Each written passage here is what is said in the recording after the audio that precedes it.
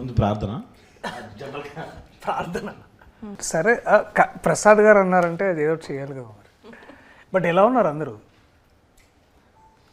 ఎలా ఉన్నారని అడుగుతున్నారు, చెప్పండి రా.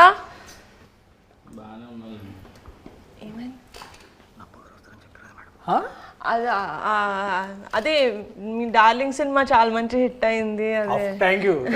నభా కూడా వస్తారని చెప్పారు. ఆహా, అందుకే మేము మిమ్మల్ని ఎక్స్పెక్ట్ చేయలేదు అన్న, నా అబ్బా గారిని ఎక్స్పెక్ట్ చేసాం. బట్ సర్ప్రైజ్ మాకు నిజంగా. వెళ్ళిపోమంటే వెరీ గుడ్ సర్ప్రైజ్. అదే it's thanks for covering. Thank you so much. Thank you.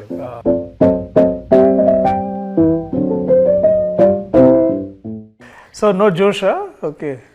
Nabha ఇప్పుడు తర్వాత వస్తున్నారు కదా. ఫస్ట్ అండ్ ఫార్మోస్ట్ మా కమిటీ కురాలు టీం నుంచి మీ డార్లింగ్ కి కంగ్రాచులేషన్స్. డార్లింగ్ కాదా అది?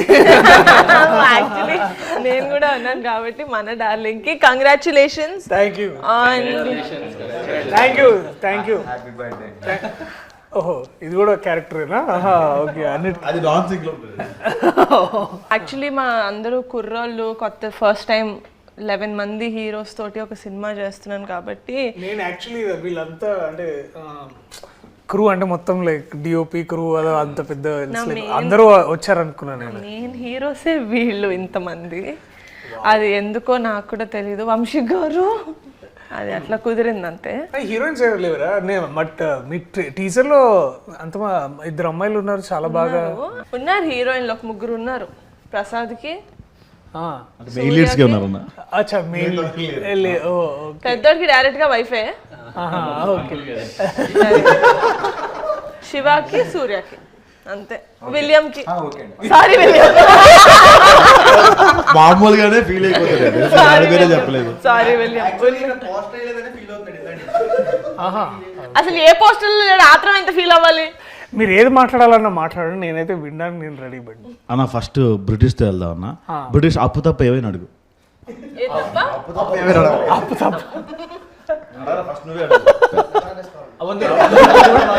అక్క వస్తుంది, వెయిట్ చేయండి. కాదు, సెట్ లో ఏ అమ్మాయి కనబడితే ఆ అమ్మాయి దగ్గరికి వెళ్ళి మాట్లాడేవాడు. అందరితో రాఖీలు కట్టించాం.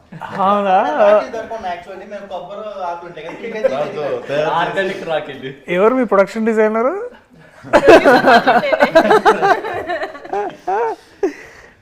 బాగా క్రియేటివిటీ బాగా అంటే అంటే అంత ధైర్యం అంటే అదే బేసిక్లీ ఈస్ట్ ఇండియా కంపెనీ వచ్చేసినట్టు ప్రతి అమ్మాయి దగ్గరికి వెళ్ళిపోయేసి అలాగా. అంత హిస్టరీ తెలుసుంటది అనుకుంటున్నారా మీరు? మా వాడికి ఈస్ట్ ఇండియా కంపెనీ అంటే బ్రిటిష్ వాళ్ళు వచ్చి అప్పుడు మనల్ని ఈస్ట్ ఇండియన్ కంపెనీ మైక్ ఎందుకు ఇచ్చారు రవి నీకు ఇక్కడ పెట్టుకోవడానిక? మాట్లాడచ్చు కదా ఇలా పట్టుకొని.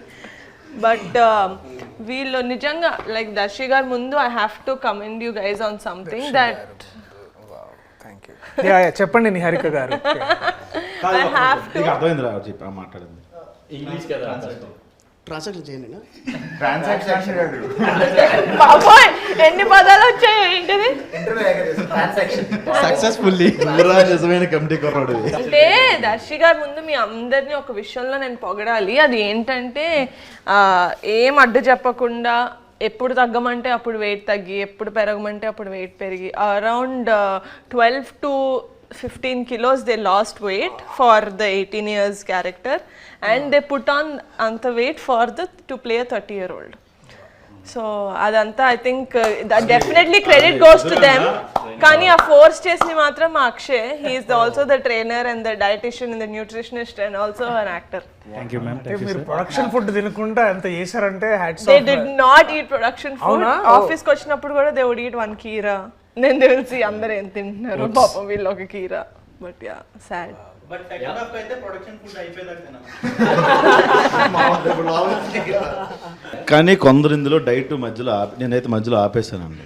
ప్రోటీన్ పౌడర్ అవి మీరు ప్రొవైడ్ చేశారు కదా, అవి ఇప్పటికీ అక్షయ్ మాకు తిరిగి ఇవ్వలేదు. అవి రాలేదు, ఏమయ్యో తెలియదు. ఒకటైతే తీసుకెళ్ళి అమ్మేసుకున్నాడు కూడా. కానీ అసలు డైట్ ఫస్ట్ నుంచి లాస్ట్ వరకు సినిమా మొదలైనప్పటి నుంచి ఎస్పెషల్లీ లొకేషన్ ఎప్పుడైతే మనం సౌండ్ వినడం స్టార్ట్ చేస్తామో మ్యూజిక్ లేకుండా, అంటే మ్యూజిక్ ఏంటంటే మిమ్మల్ని ఫోర్స్ చేస్తుంది ఫీల్ అవ్వండి అని. బేసికలీ ఇప్పుడు బాధపడుతున్నప్పుడు అది యాక్టర్ బాధ్యత చూపించడానికి, అది ఎట్లా బాధపడుతున్నాం అని. దానికి మళ్ళీ మనం మ్యూజిక్ యాడ్ చేసి దాన్ని ఇంకా మనం ప్రోప్ చేస్తాం అనమాట. అంటే మనం ఇప్పుడు బాధపడడం మనం ఫోర్స్ చేస్తాం. కానీ నాకు టీజర్ చూసినప్పుడు ఏంటంటే that feeling of nostalgia me costumes నుంచి, అంటే విజువల్గా మనం ఏం చూస్తామంటే దట్ కాస్ట్యూమ్స్ కానీ లేకపోతే సడన్లీ ఆ సౌండ్ డిజైన్ కానీ ఇదంతా నాకు I was very much sure. అంటే నాకు ముందు I was entering into that world. Committee కుర్రాళ్ళు అని తెలుసు, కానీ more than that I could see something, ఏదో ఒక స్టోరీ బ్రూ అవుతుంది ఇక్కడ, చాలా మంచిది అదొకటి. అండ్ బాగా స్ట్రైకింగ్ అనిపించింది ఏంటంటే డెఫినెట్లీ కాస్ట్యూమ్స్ ఒకటి, 18 years ఆ డిఫరెన్స్ చూపించిన విధానం ఒకటి. తర్వాత ఏంటంటే మీరందరూ ఇట్లా ష్రింక్ అయ్యి తర్వాత ఇట్లా అందరూ ఇట్లా ఒకసారి వాచిపోయినట్టు ఒకసారి, that's like yeah I think that is అప్పుడు అనిపించింది ఇది కమిటీ కుర్రాళ్ళు కాదు, కమిట్మెంట్ కుర్రాళ్ళు. కమిట్మెంట్ అంటే వర్క్ కమిట్మెంట్, నువ్వు ఫోన్ చేసి అడిగేవి కావు. వంశీ కొన్ని షార్ట్స్ తీసినప్పుడే బ్యాక్గ్రౌండ్ మ్యూజిక్ వేసి మాకు యాక్షన్ చెప్పేవాడు. ఆ మూడ్లో వెళ్ళడం, కొన్ని సెంటిమెంట్ సీన్స్ కానీ లేకపోతే ఫీల్ అయ్యే సీన్స్ ఉంటాయి కదన్నా, మ్యూజిక్ ఆన్ చేసి ప్రాక్టీస్ అలాగే చేసాం. అండ్ ఆ సీన్స్ మేకింగ్ కూడా అట్టనే చేశాను. Credit goes to Vamsi. అది ఎసెన్షియల్ కూడా, ఎందుకంటే ఒకసారి అంటే ఇప్పుడు ఏమవుతుందంటే చాలా మనకి ఎట్లా ట్రీట్ చేస్తారంటే, మనం ట్రైన్ అయినప్పుడు కూడా మనం ఏంటంటే you always go back to that one memory. ఇప్పుడు బాధపడాలనుకోండి, మన లైఫ్లో ఏదో బాధపడ్డ ఒక మూమెంట్ నుంచి మనం ఎనర్జీ డ్రా చేస్తాం. ఆర్ లైక్ హ్యాపీగా ఉండాలనుకోండి, లైక్ ఎస్పెషల్లీ లవ్ సీన్ చేయాలో లేకపోతే you have to be like చలాకీగా. అంటే ఆల్సో మన లైఫ్లో నుంచి మనం దాన్ని ఇన్స్పైర్ అవుతాం కదా. బట్ ఒకసారి నాకు కూడా సాధ కాదు, మనందరం ఒక్కోసారి దట్ మ్యూజిక్ కోసం బ్యాక్గ్రౌండ్ స్కోర్ కావాలి. ఏం పేరు నీ పేరు? చిన్నోడా? ఓకే. కవిత కూడా రాసేయండి.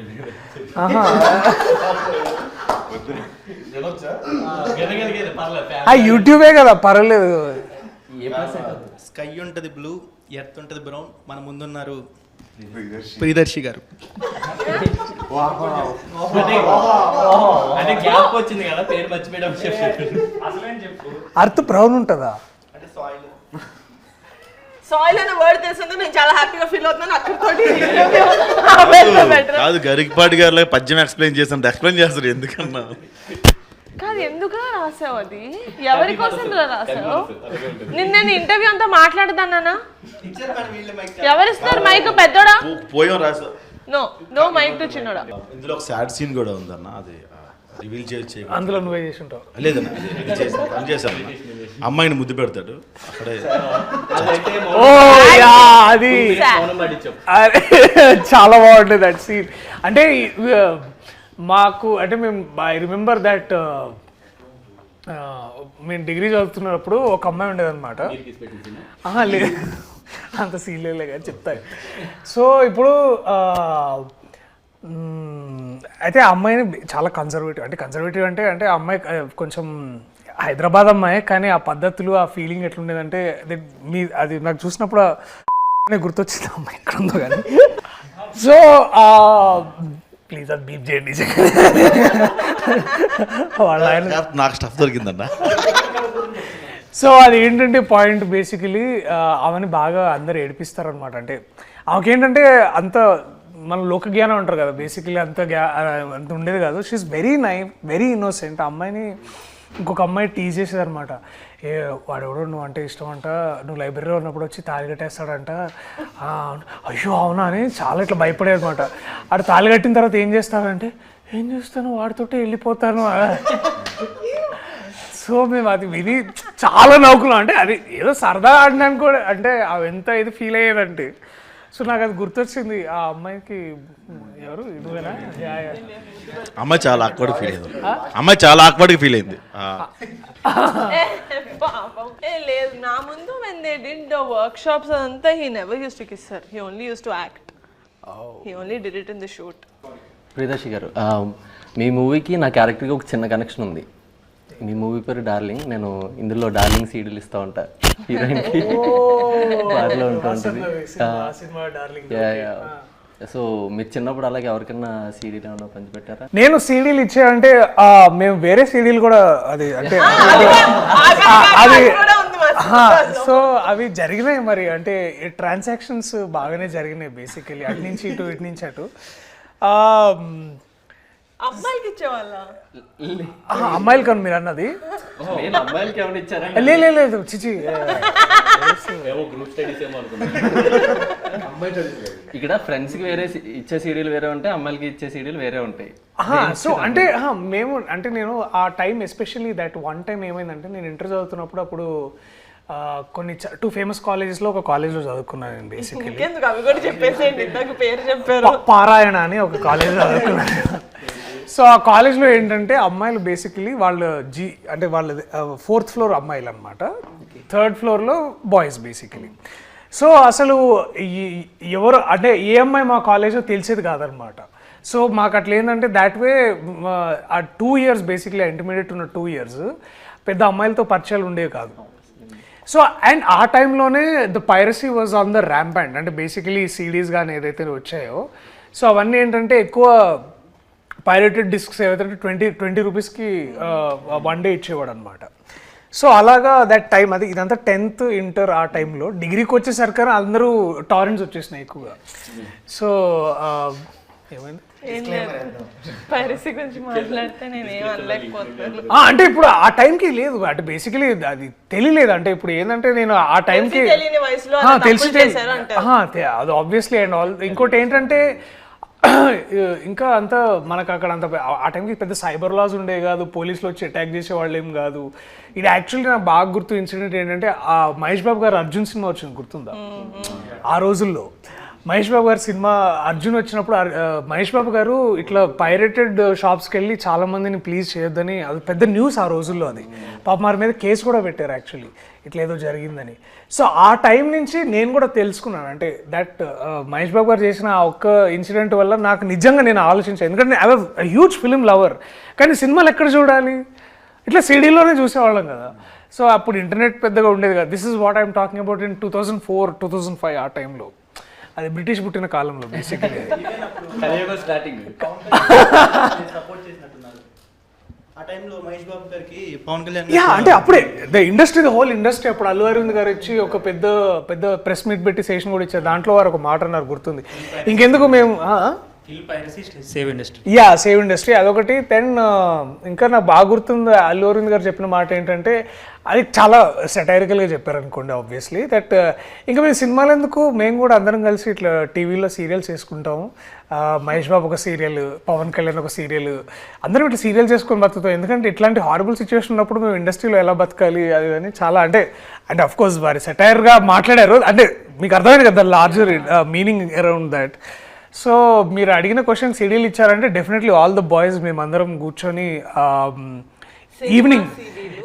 ఈవినింగ్స్ అండ్ సినిమా రిలీజ్ అయిన 3-4 daysకి వచ్చేసాయి అనమాట.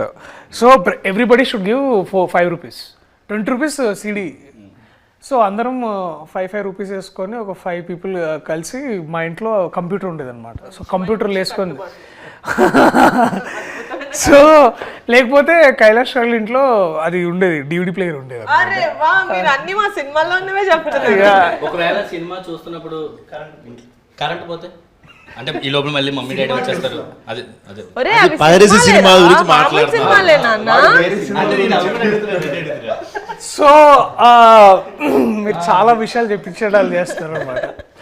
సో మాకేమర్థమైందంటే, నేను బేసిక్లీ ఏంటంటే అవన్నీ మేము కంప్యూటర్లో చూసేవాళ్ళము. సో కంప్యూటర్లో ఎందుకు అంటే మేము దాన్ని మొత్తం డౌన్లోడ్ చేసుకునేవాళ్ళం అనమాట కంప్యూటర్లోకి, సీడీలోంచి. సో ఏలో ఫోల్డర్, సిలో ఫోల్డర్, డీలో ఫోల్డర్, చాలా ఫోల్డర్లు ఉంది కదా. సో అలా చేసుకోవడం వల్ల ఏమయ్యేదంటే ఇప్పుడు కరెంటు పోయినా మాకు వచ్చి ఇబ్బంది ఏమి ఉండేది కాదు కదా. పైగా నాకు ఎందుకంటే దాంట్లోనే కంప్యూటర్, ఎందుకంటే కంప్యూటర్కి UPS ఉండేది. సో కరెంటు పోయినా కూడా 10 minutes బ్యాకప్ ఉండేదన్నమాట. యా సో దిమాగ్ సై కుర్రోళ్ళు పాడైపోతారు. But I know as much as అంటే ఇప్పుడు అందరం మాట్లాడుకుంటున్నాం, యాజ్ మచ్ యాజ్ ఇప్పుడు ఇన్నేళ్ల తర్వాత ఐ రిగ్రెట్ అంటే అలా చూసుండకూడదేమో కానీ, బట్ ఒక విధంగా అది నాకు దాంట్లోంచి నేను చాలా మంచిగా నేర్చుకున్నాను. మంచిగా అంటే ఇవాళ నేను మీరు డిస్క్లైమర్ లాస్ట్ లో ఇస్తారు, ఫస్ట్ లో ఏమట్లా. సరేలే ఇప్పుడే ఇగో వంశీ అది ఇటుది అటేసి అటు ఇటు దేశం అలా నా వైపు నుంచి వచ్చిన కమిటీ కుర్రాళ్ళు అంటే మీకు ఐడియా ఉందన్న? ముఠా మా ఊర్లో ముఠా ముఠా కుర్రాళ్ళు. ముఠా అలాంటి ముఠాల్లో మీరు ఎప్పుడైనా కమిటీ మీన్స్ ఇప్పుడు కమిటీ ఆ కమిటీలో ఉండేవాడిని చిన్నప్పుడు.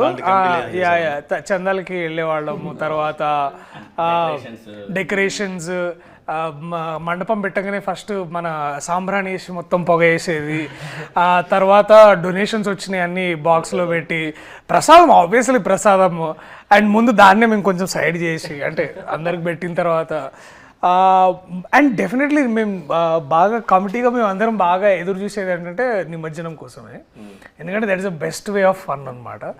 అండ్ అందరం డ్యాన్స్ చేయడం, I think that was the best. చందనగర్లో నాకు బాగా ఉన్న మెమరీస్ అంటే అది కమిటీ. అవునా? యా డాన్స్ ఎక్కడ వేయకూడదు అనుకున్నాము, కానీ మా ఎలక్షన్ సాంగ్ లో డాన్స్ వేయించాల్సి వచ్చింది కాబట్టి ఇంకా ఎలక్షన్ సాంగ్. ఓకే సార్ అంటే 99% నిజంగా ఎలక్షన్ సాంగ్ లో అందరూ బాగా డాన్స్ చేశారని మనస్ఫూర్తిగా ఒప్పుకుంటున్నారా కదా? మరి అదే నేను చెప్పాను. ఎలక్షన్ సాంగ్ ఎస్ నాకు కొంచెం వాడిది మిషన్ కుట్టే స్టెప్ ఒకటి ఫేమస్ అనమాట. ఓ ప్రసాద్ చిన్నోడిది. చిన్నోడా? Okay okay. నాకు ఒక స్టోరీ విన్నప్పుడు నాకు కూడా కొంచెం న్యూగా ఉండింది, ఎందుకంటే నేను హైదరాబాద్లో పుట్టా, నాకు ఆంధ్ర అటు సైడ్ అంత అమ్మ వాళ్ళు అటు నుంచి వచ్చారని తెలుసు, కానీ నాకు ఆ భాష కూడా అంత ఫాస్ట్గా గ్రాస్ప్ చేయలేను. ఆ రోజున మళ్ళీ రావులో సగం things I genuinely don't relate to, because I'm not from, నేను అంటే ఊళ్ళలో పెరగలేదు కదా, హైదరాబాద్లో ఇదేదో చేస్తారు కదా ఆకుతోటి రాకెట్ చేసేది, టేప్ వేసేది, ఆ మంట వచ్చేది, భూమి శకలకైనా. ఓ అదేనా? అయితే తెలీదు, అస్సలు లేదు, అదేం తెలీదు. But when I see so many people relating to it when they called me, when నా ఫ్రెండ్సే చుట్టూ కూర్చున్న వాళ్ళు, my friend also is like, అరే నిజంగా నా ముద్దు పెడితే కడుపు వచ్చేసి అనుకున్నాడు అండి నేను చిన్నప్పుడు నా గర్ల్ ఫ్రెండ్కి ముద్దు పెట్టినప్పుడు అన్నప్పుడు I felt very happy that okay we're doing a film that a lot of people are going to connect to. And ఆ మ్యూజిక్ కూడా killer music. I think Karthik did a fantastic job. ఆ పాట పాడిన కార్తిక్ చాలా బాగా పాడాడు. నాకైతే personal favourite is of course నాకు ప్రేమ గారడి చాలా ఇష్టం. ఆ రోజుల్లో ఈజ్ మై సెకండ్ ఫేవరెట్. ప్రేమ గారడి నాకు చాలా బాగా నచ్చింది. నాకు మీరు మా టీజర్ చూసుంటే అందులో ఫ్లేమ్స్ సీన్ ఉంటుంది. Flames, oh my God. So it's actually one of my favourite scenes from the movie. నేను పర్సనల్ లెవెల్లో కూడా చాలా రిలేట్ చేసుకున్నా. చిన్నప్పుడు మాకు నచ్చిన వాళ్ళు ఎవరైనా ఫ్రెండ్స్లో కూడా ఎస్ వచ్చినా ఈ వచ్చినా వాళ్ళకి లైట్ తీసుకున్నారు. సో మీ డేస్లో కానీ మీ గ్యాంగ్ కానీ how relatable was it to you? I think the childhood is incomplete without flames అనుకుంటా. ఎందుకంటే ఫ్లేమ్స్ నేను definitely we all did flames. నేను ఇందాక I was also mentioning to Vamshi, every నోట్బుక్లో ఎవ్రీ పీరియడ్లో ఫ్లేమ్స్ వేసే టైం ఏంటంటే బ్యాక్ సైడ్లో బేసికలీ మనం బుక్ బ్యాక్ సైడ్ చేస్తాం కదా, ఆల్ రఫ్ వర్క్ అట్లాంటి పిచ్చి పిచ్చి అన్ని డ్రాయింగ్స్.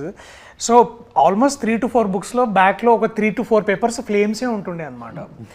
సో ఈ అండ్ ఆబ్వియస్లీ ఏంటంటే మనకు అప్పుడు చిన్నప్పుడు మనం చదువుకున్నప్పుడు 8A అంటే 5th B 5th C.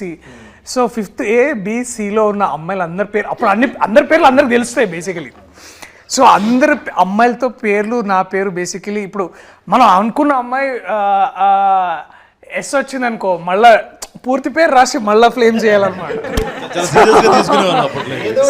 Yeah అమ్మాయి పేరు పూర్తిగా ఓకే అరే ప్రియదర్శితో వస్తలేదురా, ప్రియదర్శి పులికొండతోటి మొత్తం చేద్దాం రా. సో ఇట్లా యా ప్రసన్న అని ఒక అమ్మాయి ఉంటుండే అనమాట. అమ్మాయితో ఒకసారి నాకు ఎస్ అని వచ్చింది, నేను చాలా ఫీల్ అయినా. మొత్తం అమ్మాయి పేరు మొత్తం వాళ్ళ ఇంటి పేరు మొత్తం ఏదో సమ్ వద్దు. సారీ. సో ప్రసన్న అమ్మాయి పేరు.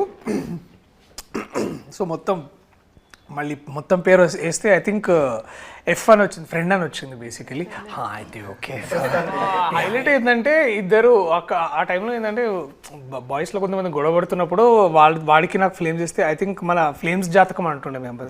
అరే ఫ్లేమ్స్ జాతకంలో నువ్వు ఆడు ఎనిమి అనుకుంటారా అని అట్లా ఫీల్ అయ్యి మళ్ళీ వాడికి నాకేముందని దానికి కూడా బాయ్స్ కూడా ఫ్లేమ్ చేసేవాళ్ళం. Girls also we did it. And నా బెస్ట్ ఫ్రెండ్ కి నాకు ఇట్లా ఎనిమీస్ అని వస్తే నేను చాలా ఒఫెండ్ అయిపోతుండే. ఏంటి ఫ్యూచర్ లో ఏమైనా మోసం చేస్తుందని అనుకుంటున్నా. అండ్ ఇంకొకటి ఉంటుండే 4 cups అని ఒక గేమ్ ఉంటుండే గుర్తుందా? ఇట్లా పర్సెంటేజ్ చేసేవాళ్ళ. సో అది ఒకటి. తర్వాత ఐ థింక్ ఇవన్నీ చాలా చాలా చేసినాం. I think flames is like integral part of our childhood. And I think I remember even 10th దాకా కూడా చేసినాం అనుకుంటా కొన్నిసార్లు. ఎందుకంటే 10th లో అప్పుడప్పుడు ఇట్లా క్రష్ స్టార్ట్ అవుతుండే కదా మనకి. ఇట్లా 2 years back ఎవరికి చెప్పావు? మా ఫ్రెండ్స్ ఇద్దరికి 2 years బ్యాక్ చేశా నేను ఫ్లేమ్స్. మా ఫ్రెండ్స్ ఇద్దరికి. వాళ్ళకా? నాకు ఎందుకు అది నువ్వు ఏ అనుకుంటా. ఏ అంటే ఏంటి? అరేంజ్ మ్యారేజా? అరేంజ్ మ్యారేజ్ ఏంటివా? Affection.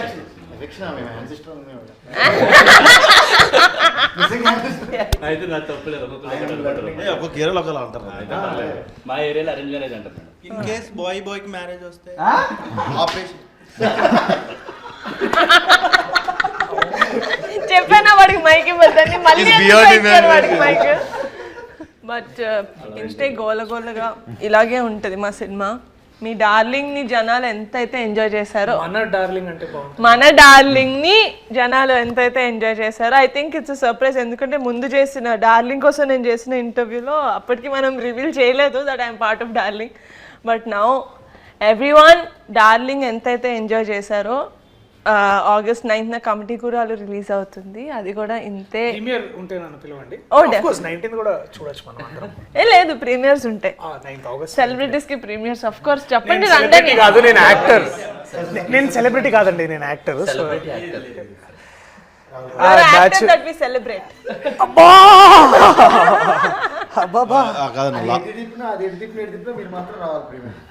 Thank you. Of course I love to watch it. నాకు ఈ నాస్టాల్జియా ఫిల్మ్స్ చాలా ఇష్టం. సో నాకు ఇప్పటికీ I think one film that we all I think Gemini కానీ ఐ థింక్ జెమినీ మా టీవీలోనూ ఆటోగ్రాఫ్ స్వీట్ మెమరీస్ వస్తుంటే we all hook to those films. But I think I'm amazed man. మీ commitment చూసి నాకు నిజంగా I think I'm still not unbelievable. అంటే నేను చేయలేనేమో, అంటే ఇంత వెయిట్ తగ్గి అంత డెడికేషన్ అండ్ టైం ఇవ్వడం.